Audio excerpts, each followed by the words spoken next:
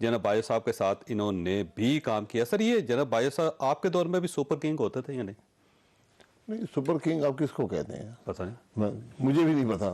باجوہ صاحب army chief تھے, میں پرائم منسٹر تھا, ہمارا ایک آئینی رشتہ تھا, ہم دونوں نے اس کے مطابق کام کیا.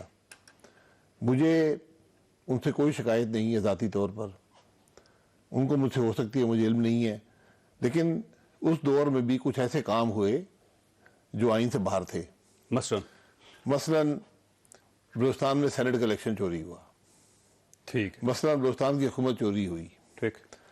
مثلاً سینٹ کا چیئرمین جس کو بنایا گیا اس کو کوئی وجود نہیں تھا, سعادت سنجرانی صاحب. جی نام لینے کی گنجائش نہیں. بہرحال ٹھیک. یہاں دھرنے ہوئے, ٹھیک.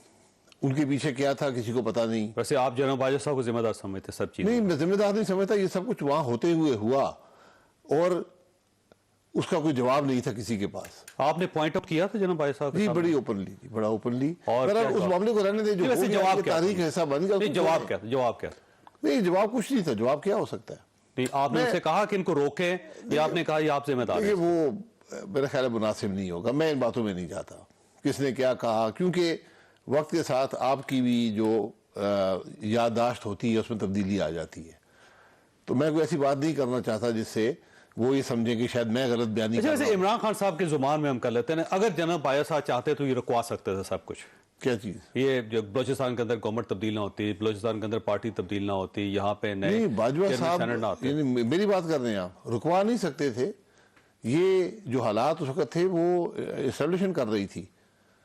کیا باجوہ صاحب کو علم تھا نہیں تھا, مجھے اس کا کوئی پتہ نہیں ہے. لیکن یہ آپ کو پتہ ہے اسٹیبلشمنٹ کر رہی تھی؟ جی بالکل, میں خود اپنی آنکھوں سے معاملہ دیکھا ہے. بہرحال اس کو رہنے سے تاریخ تو آپ کو پروٹیسٹ کرنا چاہیے تھا سر, آپ پرائم منسٹر تھے, آپ کا کام تھا کہ آپ کہتے ہیں کہ میں پرائم منسٹر ہوں اور میرے ہوتے ہوئے کیا. میرے پاس کوئی ثبوت نہیں تھا کہ یہ کون کر رہا ہے اور کیا کر رہا ہے. نہیں پرائم منسٹر کی حیثیت سے اگر آپ کے پاس کوئی ثبوت نہیں تھا پھر تو آپ کو پرائم منسٹر نہیں رہنا چاہیے. میں یہی کہہ رہا ہوں نا, میرا ثبوت کوئی نہیں تھا, لوگ غائب ہو گئے. میں کوئٹہ گیا تو وہاں پر صرف ایک ڈپٹی اسپیکر رہ گئی تھی اور ایک گورنر رہ گئے تھے, باقی کوئی حکومت کا بندہ ہی نہیں تھا. تو بہرحال سینٹ کا الیکشن آیا, سارے لوگ غائب ہو گئے.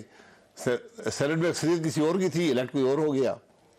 یہ بدقسمتی ہے ملک کی, ان کو کریدتے رہے تو پوری زندگی گزر جائے گی.